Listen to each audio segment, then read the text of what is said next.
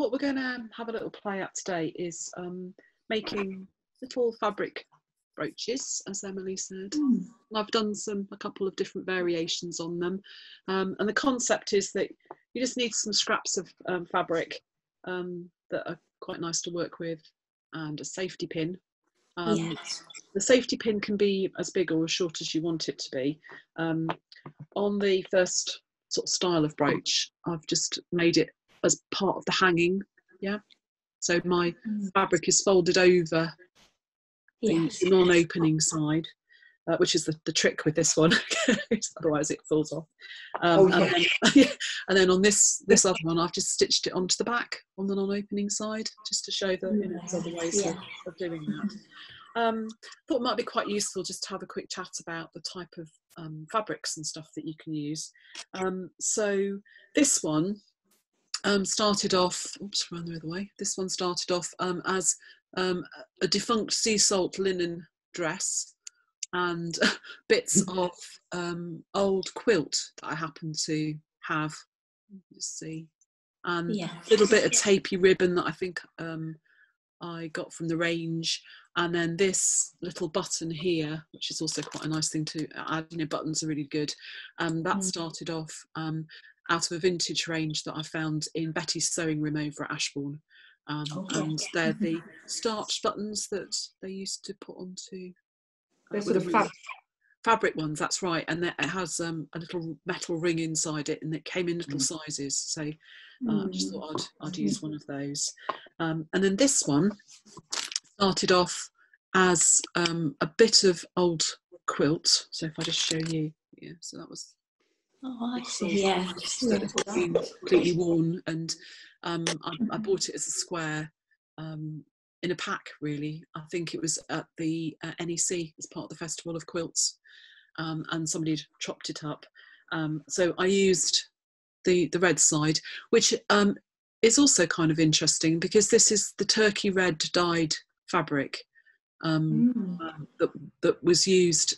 And you know, probably in the 1800s, and I don't know if you know about the turkey red, but that was a dye that came through, not surprisingly, from Turkey, and it was the first colour fast red that we ever had. So it was used an awful lot in quilts because obviously it wasn't going to run. Up to that point, we'd used madder, which was the root, and it was a little bit more dull than this. And again had qualities where it would fade or it would run or whatever. So the invention of the turkey red, I think, really made a revolutionary change in the way that people made quilts. And interestingly, turkey red then became a dye process that was adopted, throughout Europe and America, even in Milford in Derbyshire. So that was where the dye works were. They did red one day and they did blue another day. So a bit of our own social history as well. So the Derwent was not always the colour it was. So they discharged straight off into the river, and quite patriotic in the red, white, and maybe blue thought, but not very good for the fish, I think. And then on this one, I've also got some little rings on there, which have come from washers. So metal washers that you can buy in most DIY stores, and you can get them in different sizes. So yeah, I've just used a washer.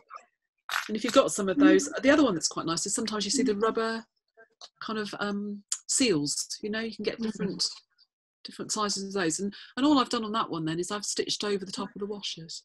Oh yeah. Oh, the colour is the thread. Just done it an awful lot. Yeah. Yes.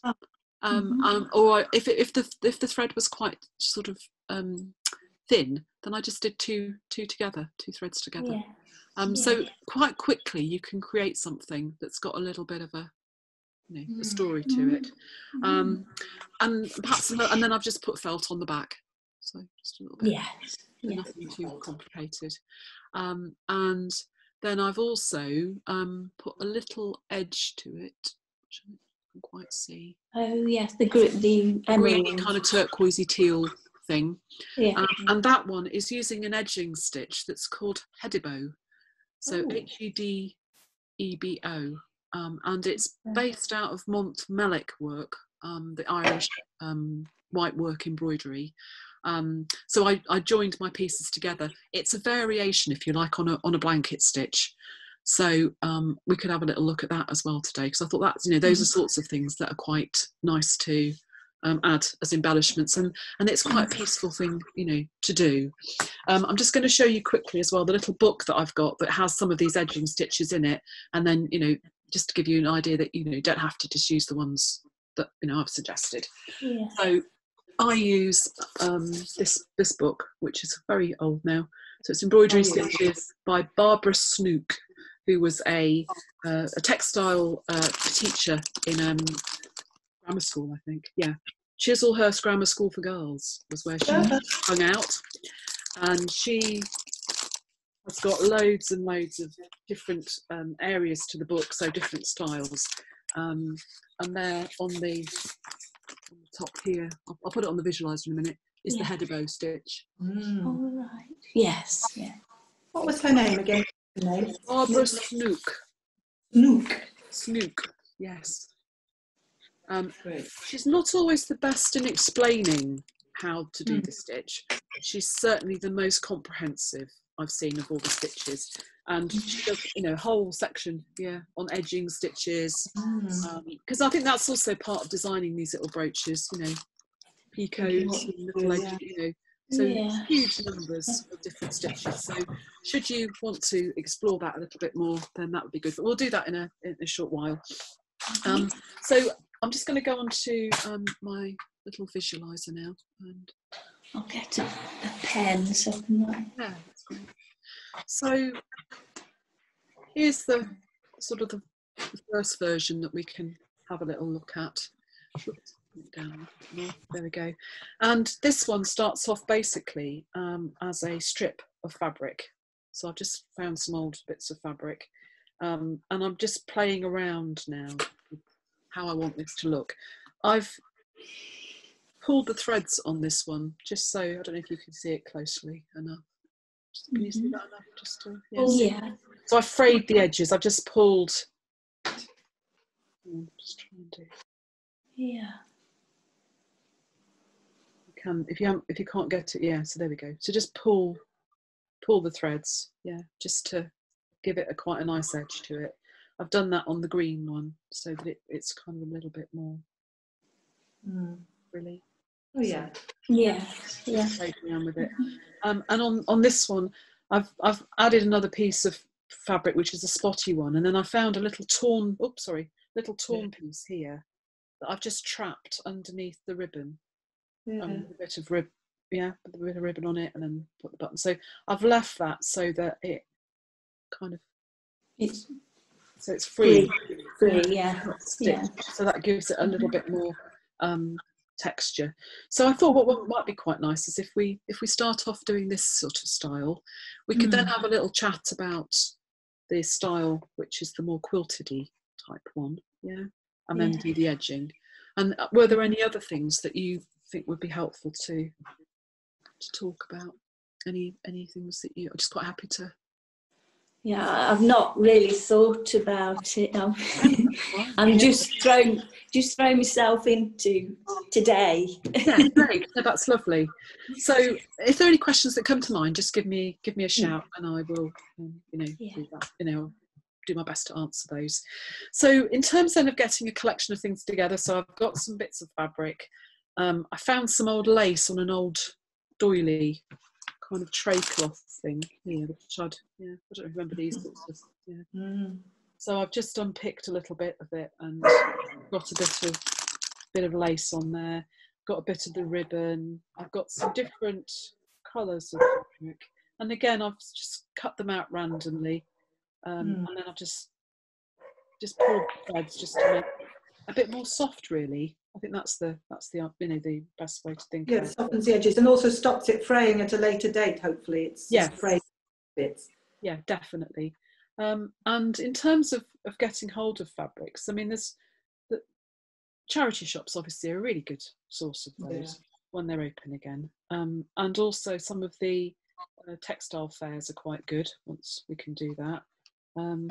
There are several companies online as well who do little packs that you can send off, you know, and just say, yes, please, I'd like those.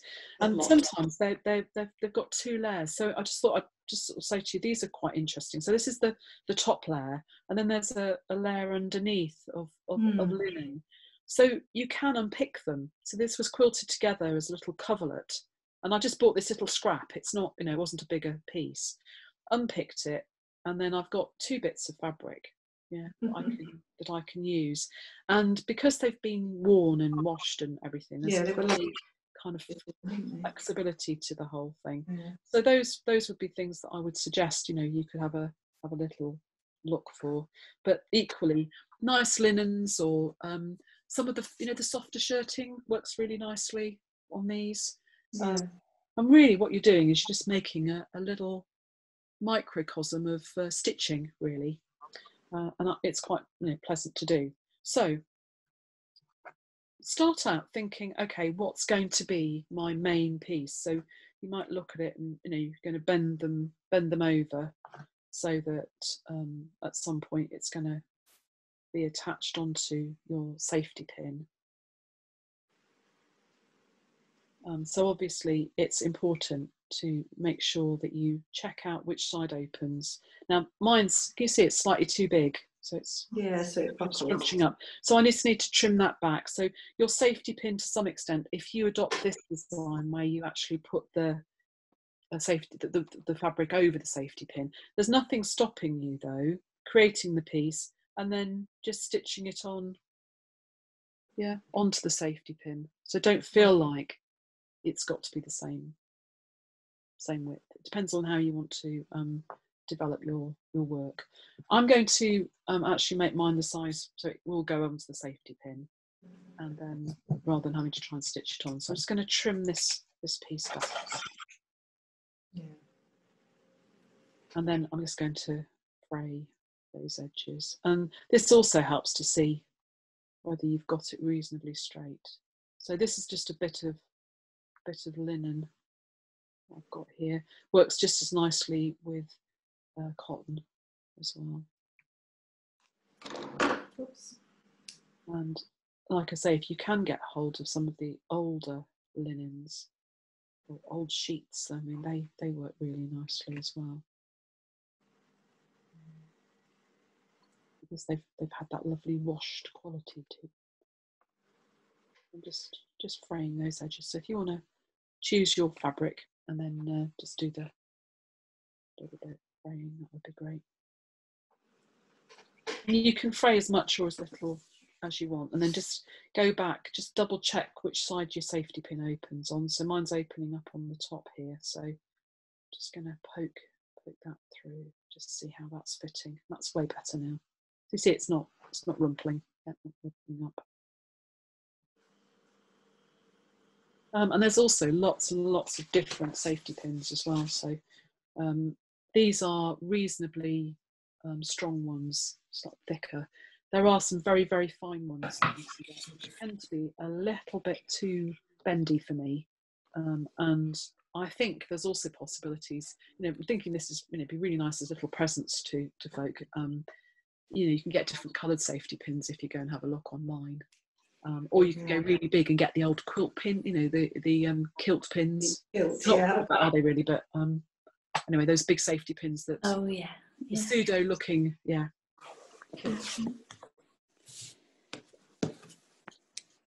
And then once you're kind of happy with the size of your base fabric, then you can start to play around. So remembering this top bit is going to tuck underneath, so you can either, you could make it so it's reversible, if you wanted to. And then I found this little bit of fabric that I bought, and I did have some lace, so I was thinking, right, how can I incorporate that? So just spend a couple of minutes now just looking at your design and thinking, is that working? Is that what I want it roughly to look like? Because your stitching is going to create that lovely embellishment. Goes with it. So this is just the first part. And what I have found is when you make these, it's quite nice, because the more you work into them, the more it becomes a different piece of work. So at this stage, it doesn't quite necessarily feel that it's always going to work, but have faith it does when you've actually done some work on it. Okay. Yeah. Ooh. I've just got another little piece here. I think I might try and lay that on there. So I've still got the white coming out from underneath, but then that way I can think about it for being able to turn it round and have it working both ways. The other thing you could think about is also, if you've got a bit of lace, you might want to just tuck that round the back, yeah. And then, because that will cover, so if I just do that, that would cover over that edge, so you wouldn't see your join, yeah. So just think about how that looks. Sometimes I think the ends of the lace look a little bit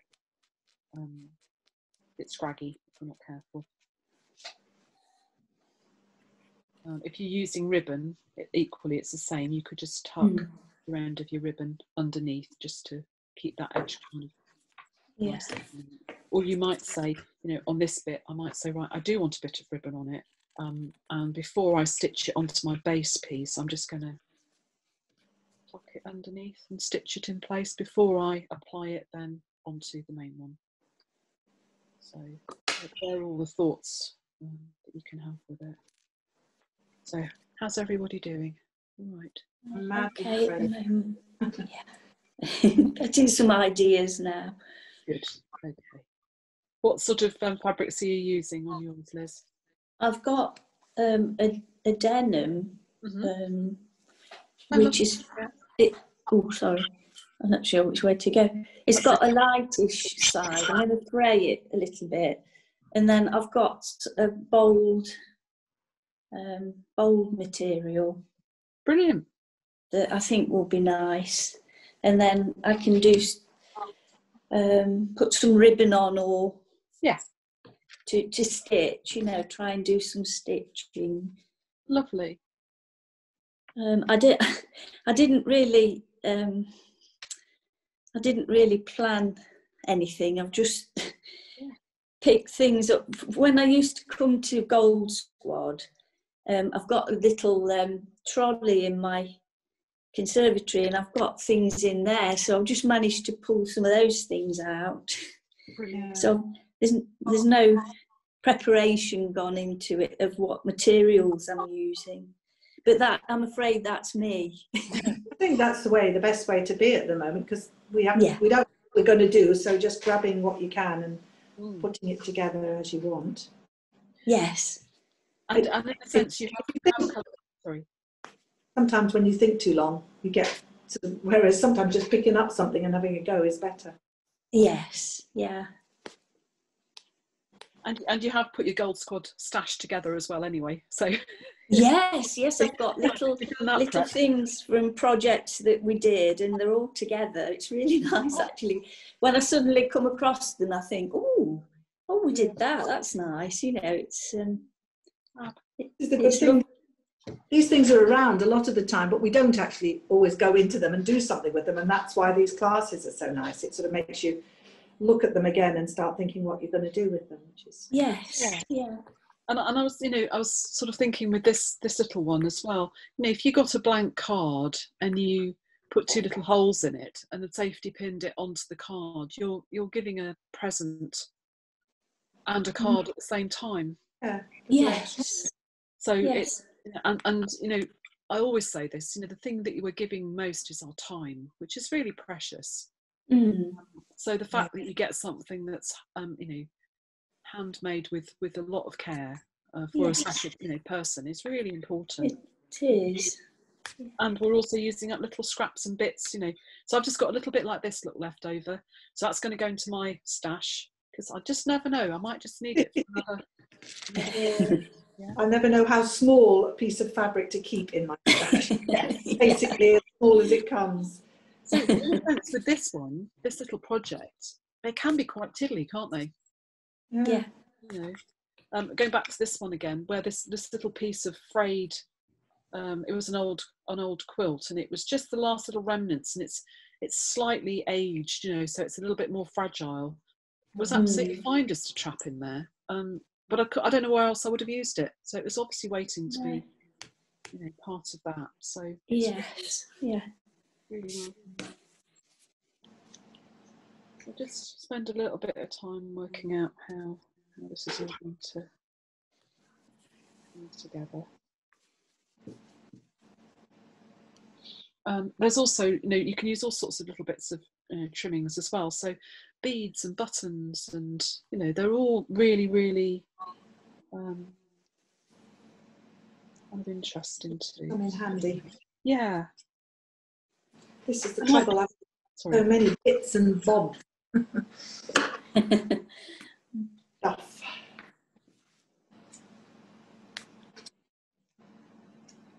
I suppose the other thing is, if you've got a friend who really likes to do this, you know, you could actually create them a little pack, couldn't you? Yes, that's a good idea. Yeah. Present, and just sort of go, you know, these are some special things, or you know, perhaps in the colourway that they have, you know, that would be really nice to do as well. I think that's a good idea, because it would give people motivation, because one or two of my friends intend to do things and they just don't.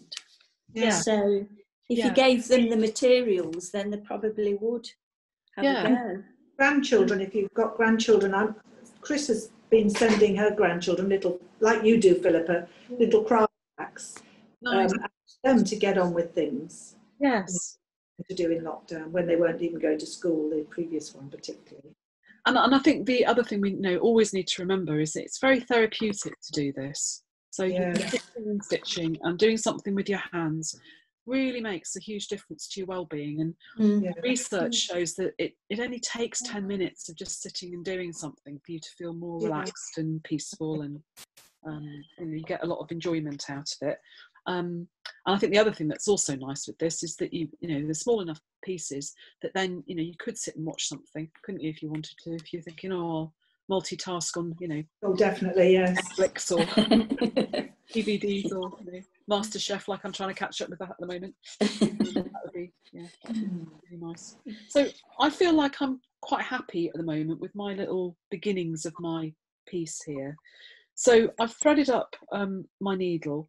I'm just using a very small needle, so I'm using a milliner's needle, but an embroidery needle would be absolutely fine. And you can then just start to sort of stitch very, very stab stitchy, you know, little stitches, your pieces into play, just so that they're not going to move too much. And then what we'll do is we'll have a little look at using other threads. Yeah. So I'm just going to start now very, very gently coming through. I've chosen to use some red thread just so it blends in. I've put a little knot in the back of the work just to hold everything in place.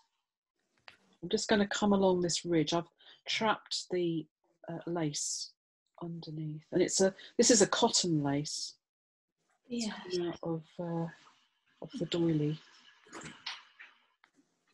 So just fine little stitches for now. Used a pin to hold it in place as well. So once I've got it trapped, I'll take the pin away and then I can start to explore it a bit more.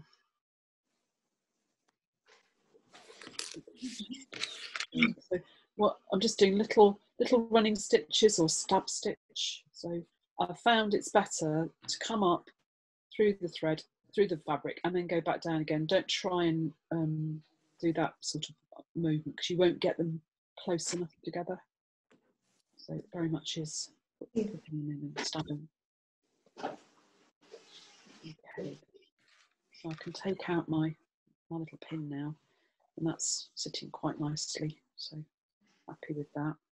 And then what I'm going to do is on this bit, I'm just going to put some little stitches, kind of like all over this area, just to stabilise that as well. So again, little stab stitches.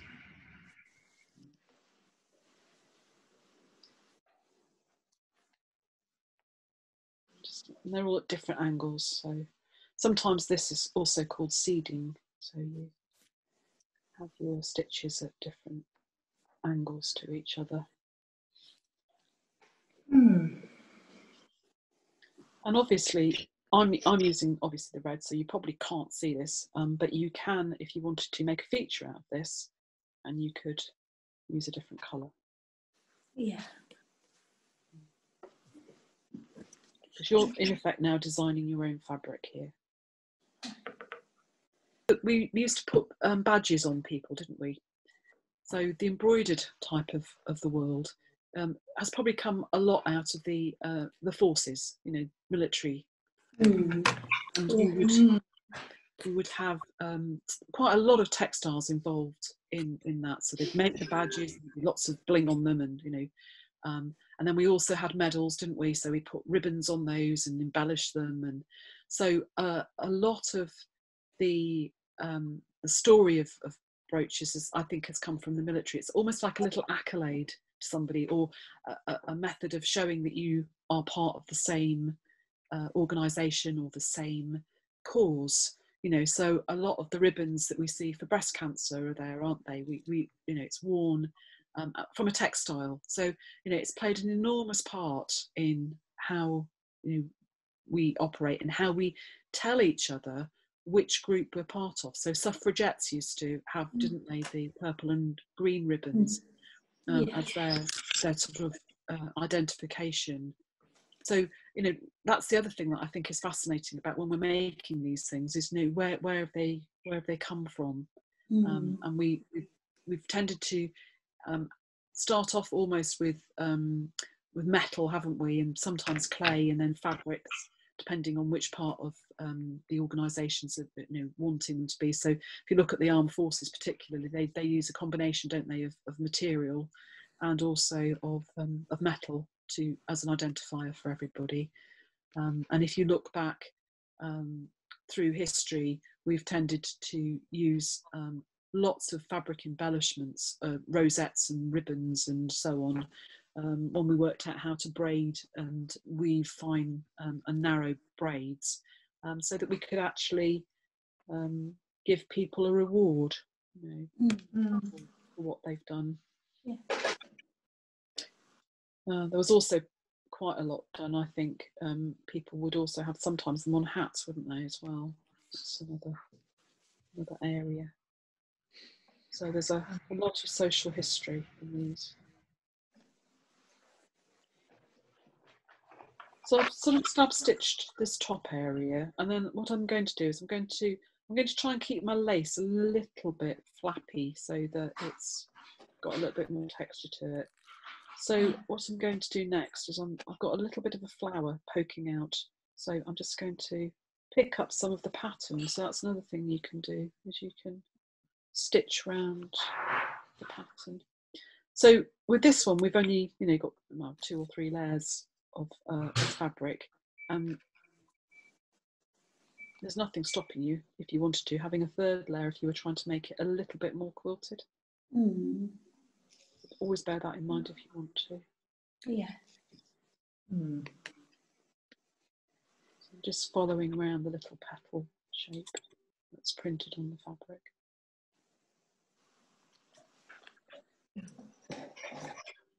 Everybody, yeah, still happy with how it's all looking? Yeah. Yeah. Good.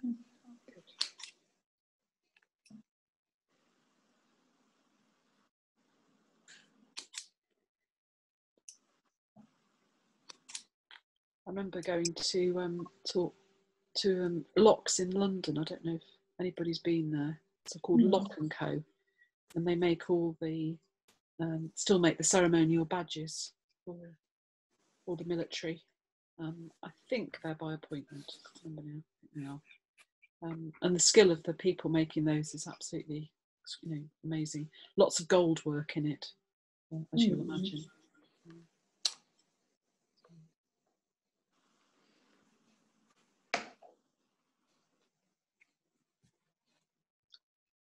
So I'll just put that on one side for a minute and have a little chat then about the more quilted version. Oh yes. Yeah.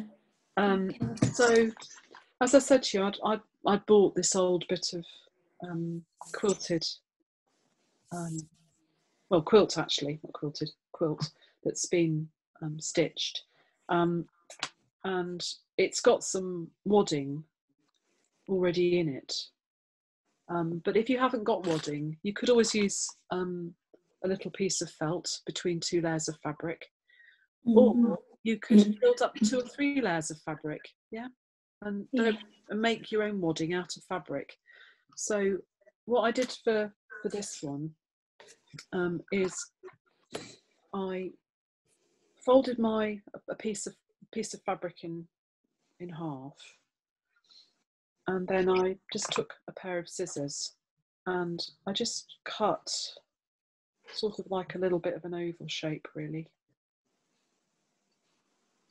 You can always just tidy it up once you've got that first bit done. If you feel like you'd like to make a template, then that's absolutely fine as well.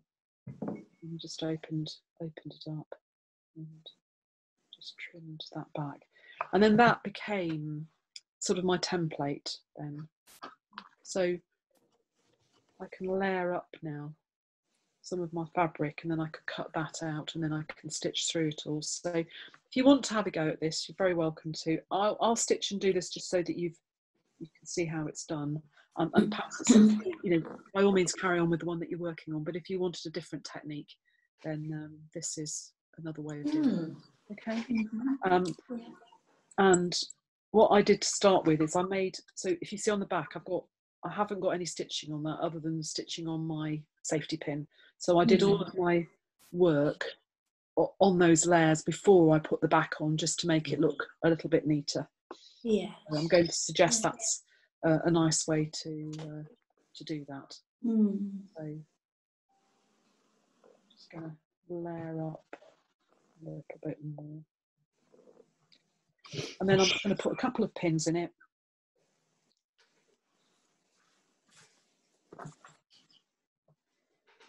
Just 2 seconds to see that.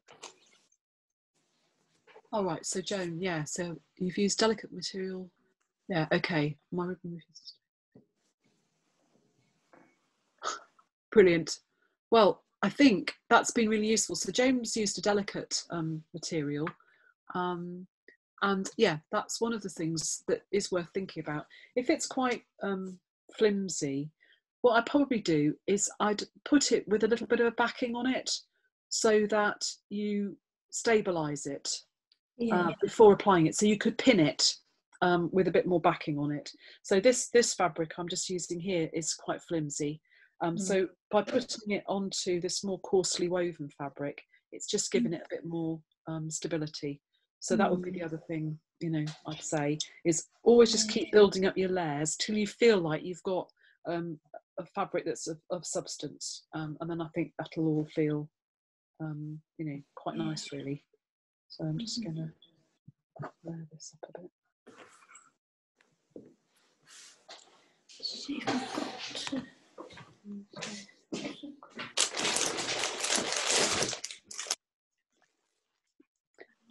And then what you can do is use your piece of ovalness to cut round it, and then that will give you a piece to work on.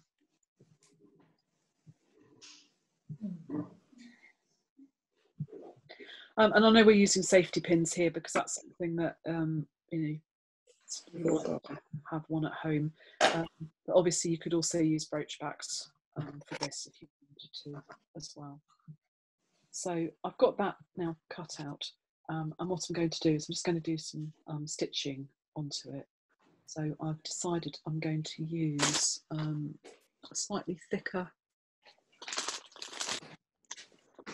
thread this time. So I've got a little bit of purple here.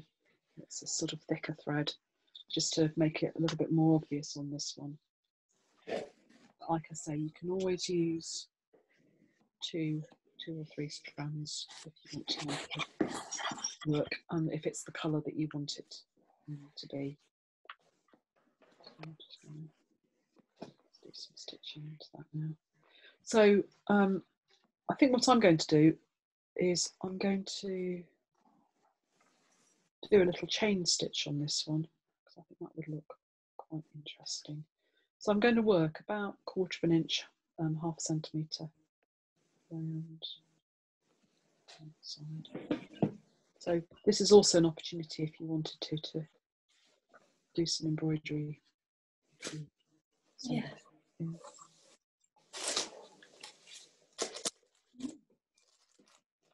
So in a sort of sense, it's almost like doodling with your needle. Mm.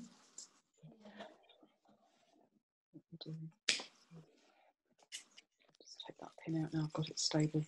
So having the pins in is not always easiest to do. So this purple's kind of quite pale. And what I'm going to do is I'm going to go round, and then I'm going to add like a whipping stitch to it in a contrast colour. So you can always, if you're not totally happy with how it looks, you can always add something to it. So are you using an embroidery thread? Yes, it is. I've just got some. It's a silk. Yes. And it's slightly thicker. I'm not sure what the weight is on it, but it's not fine. It's got a little bit of thickness to it. So it's probably equivalent to a machine's thread that's about a 12. And I would say two strands of stranded thread. Yeah. And I'm using a little chenille needle, so it's got a nice enough eye on it, big enough eye, and it's got a pointy end to it, so it's going through my fabrics quite nicely, and it's a size 22. I get my needles from John James Needles. You can buy them in lots of different shops. I just go straight to them and buy them because I do buy them in bulk. They do a very good service on the internet, so you can buy needles as individual ones, as bulk. You can buy them in little sort of packets like this, or you can buy them in little packets of 25 like that. Yeah. Right. Yeah. And they've got the most fantastic guide to their needles on the internet, which you can download for free, and it tells you what all the needles are used for, what sizes and dimensions they are. So it's a really, really helpful guide. So it's working out that tapestry needles are blunt and chenille needles have got a point to them, and there's some really nice ones that I use quite a lot, which are called long darners, and they're really nice because they have a bend to them, and we're going to be doing a little bit on camphor work next Friday, and that's using a long darner, so it's just a really nice way of working. So sometimes having a slightly longer needle helps you to get a few more stitches on at a time, and because it bends slightly, so they're a size 7 darner, and makes it nice to work with. So I do recommend having some of those in your repertoire.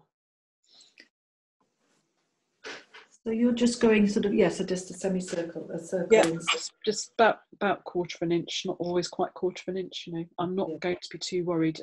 I'm not going to be too hard on myself. I'm just going to, again, just enjoy that idea that I'm sitting and I'm, chatting and definitely creating. I'm not being Victorian that it all has to be perfect.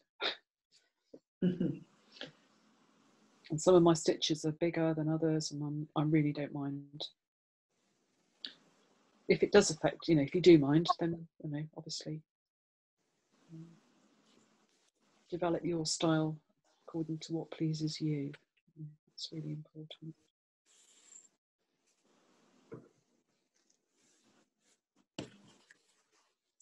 So this is frayed slightly. I don't know if you can see it. A bit of a fraying going on. And again, I'm not too worried about it because I'm going to trap that with the stitch. Edge.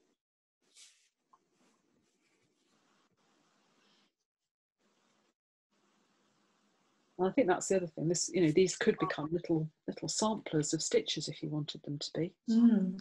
So you could say, oh, I've always liked X stitch, and I'm going to incorporate that. You could do variations on the stitches, you know, so you could say, right, okay, the whole of this brooch is going to be made with a certain stitch. Yeah, you could really go to town. Yeah. And you could build in lots of texture, couldn't you? You know, so you could start off using the same stitch in a thicker thread, and then end up with fine threads, you know, like sewing threads, to go on the top. And you know, you could, or you know, you could have something that you really like. I remember doing an exercise once based on, we went up to Orkney, and they had all of the ships that had been scuppered, you know, in Scarpa Flow. Some of them at low tide you can see, and I got these lovely pictures of the rust on the hulls of the ships. And I did a little bit of embroidery based on that, and I just used one stitch for the whole thing. So I used a stitch called Sorbello stitch, which I really like. Yeah, everything was done with that one stitch, but I changed how it looked by changing the thickness of the yarn. So, yes. you know, it keeps you with the same sort of brush stroke, if you like.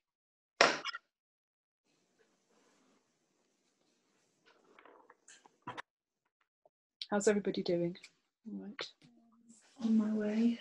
All right, Lou? Yeah? Oh, yeah, lovely.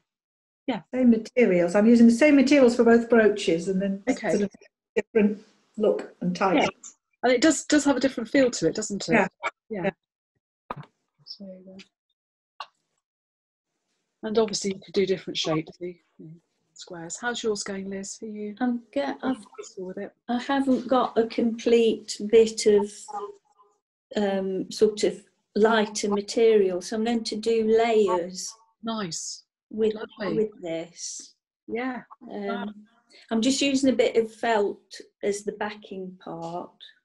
Brilliant. And then I'll have a go at putting this lighter material on it. Brilliant. How are you finding the processes then? Does this feel okay? Yes, yes. Good. I think I'm following it. Yeah, the basics. Yeah.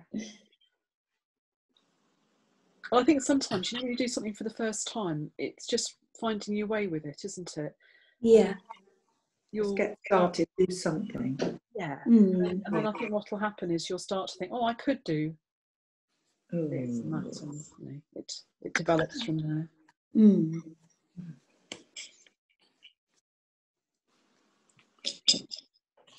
Yeah, I should have pinned mine more. It's one side slipping relative to the other as I'm stitching it. Okay. So if that's happening, just remember you can always trim it. Yeah, that's true, yes. Don't worry about that. So it's very forgiving, because you know, you're almost designing as you go here. Yeah. Rather than setting out with a plan. Though, of course, you could set yourself out a little plan and say, right, this is what I want to incorporate. And it might be something that you want to incorporate, you know, buttons off some garments that you really liked, or yeah. Another one is, you know, if you've got old ties, you know, some of the fabrics from that look really nice in this. So, yeah. Well, that's it. There's just any variety of fabric you sort. It's unlimited. It certainly is. So I've just quickly gone round mine. You know, you can see it's gone in and out. You know, I'm not worried about that at all. No. And I'm going to just change it slightly by putting in a whipping stitch. I'm just going to show you that. And you can do that also with quite a few. With running stitch, you could lace it, or you could whip it round. So I've just got a bit of, again, thicker thread. I'm going to just ping it with some orange. Channel my inner autumn, and then come up here. So what I mean by whipping is, so I'm going to come over the top of the chain stitch. Right. From the top Yes. and down. I see. Facing would go up and then down and up and down. Yeah. Mm-hmm. The width is when you actually are covering over. Right. Yeah. It's almost like you're making another stitch out of it. And you can pull that as tight or as loose as you want to. Yeah. I've also seen, this stitch done where they put little beads on, so you could incorporate beads onto. Yeah. Just trap those down. So that's really nice to do. And again, there's some good YouTube videos of stitches, if you want to just really explore it.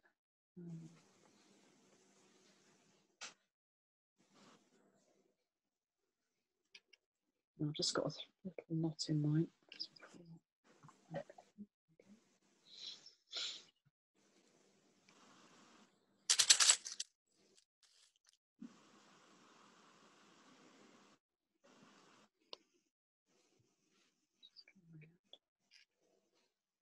Then what I thought would be good is if I show you this stitch, for putting the back and the front together. Yes, I want to see that. I'm probably going to do more on this, but I'll, so but I'd like to show you the edging stitches, because I think that would be really helpful.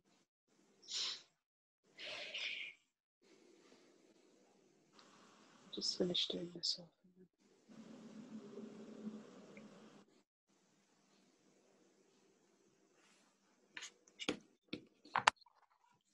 And if it's starting to, mine's slightly puckering here, so you could always at that stage just give it a little press. And what that does is it relaxes the fibres, the thread. So don't worry too much about that.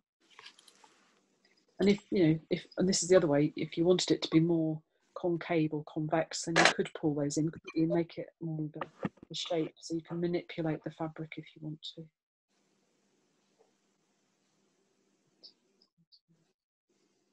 Cast that off.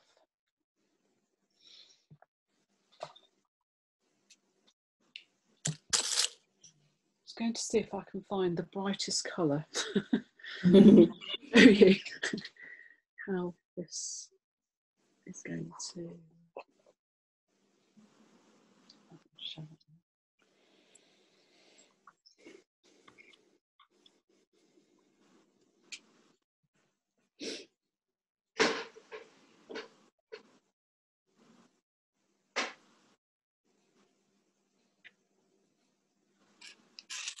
So I've threaded up my thread and my needle rather. So what I'm going to do is I need to get myself a little piece of the felt. So I'm just going to take the piece I've just been working on, lay it onto my piece of felt, and then I'm going to just cut that out. And if you haven't got felt, another piece of fabric will do really nicely here. Or if you've got that sweater that has gone horribly wrong in the washing machine, it's very good. Always worth saving. I knew somebody who bought their latest sea salt sweater, and sadly it became a handbag, but it looked really nice. I made it into a handbag, so that was really good. An expensive handbag.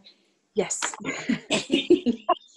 So easily done though, isn't it? It's yeah. So I'm just going to pin those two together, just so that's my piece I've been working on and the felt. They're all nicely together. And then let's have a little look at this head of a stitch. Okay. So I've got one knot in my just putting one knot into my piece of thread, and I want to come between the layers, yeah, to lose my knot inside. Yeah. Just pluck that out of the way, and obviously I can either put the safety pin on now, or I can put it on afterwards. I'm just going to choose to put it on afterwards, just so I can show you how this works. Now, I'm going to do this on a right-handed basis. Okay, so I'm going to come from the back and to the front like that. Oops. And I'm going to leave myself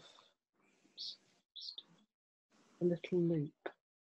Can you see my loop there? And then I'm going to come through the loop from the back to the front, and then tighten that down. Okay, so I'm coming from the back, more work, and you can do these as close together or as far apart as you want to. Create a little loop there. You see I've got my loop sitting there, and then from the back of the loop to the front and pull through. You see how that creates a little knot at the front. So I'm coming from the back to the front. You see my loop there. Yeah. And then back to the front again. So it's all back to the front. Back to the front. Yeah.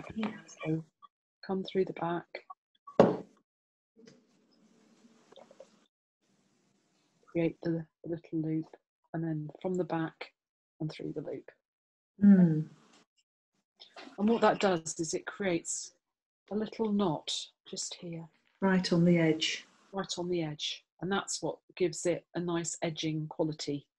So you would have seen this on fine linens, you know, around cuffs, and it would traditionally have been done on a little turned hem just to add embellishment to it. So you see when I sort of get going, I can come through,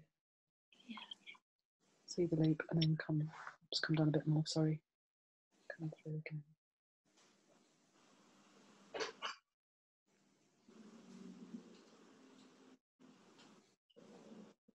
And you can give it quite a good tug at this point, because you're really wanting to kind of pull the whole piece together. So using a slightly thicker thread is good at this point as well. And again, you know, if you don't, you know, I'm just doing mine reasonably sort of scrappily, so some are slightly shorter than others, but you know, if you want it to be very precise here, then that's fine too. And you can you could even draw yourself a little line round here. And again, I use friction pens. Friction pen somewhere, so that I can show you. Yeah. Oh yes, that's the. It just adds a final bit of embellishment, really, to your piece. If you want it, you know, you don't have to. But I just think it's an interesting stitch to know about. And I think the other thing about all these edgings is it's really nice because you've got, you know, different countries have developed different stitches, you know, but they all kind of do the same thing, really.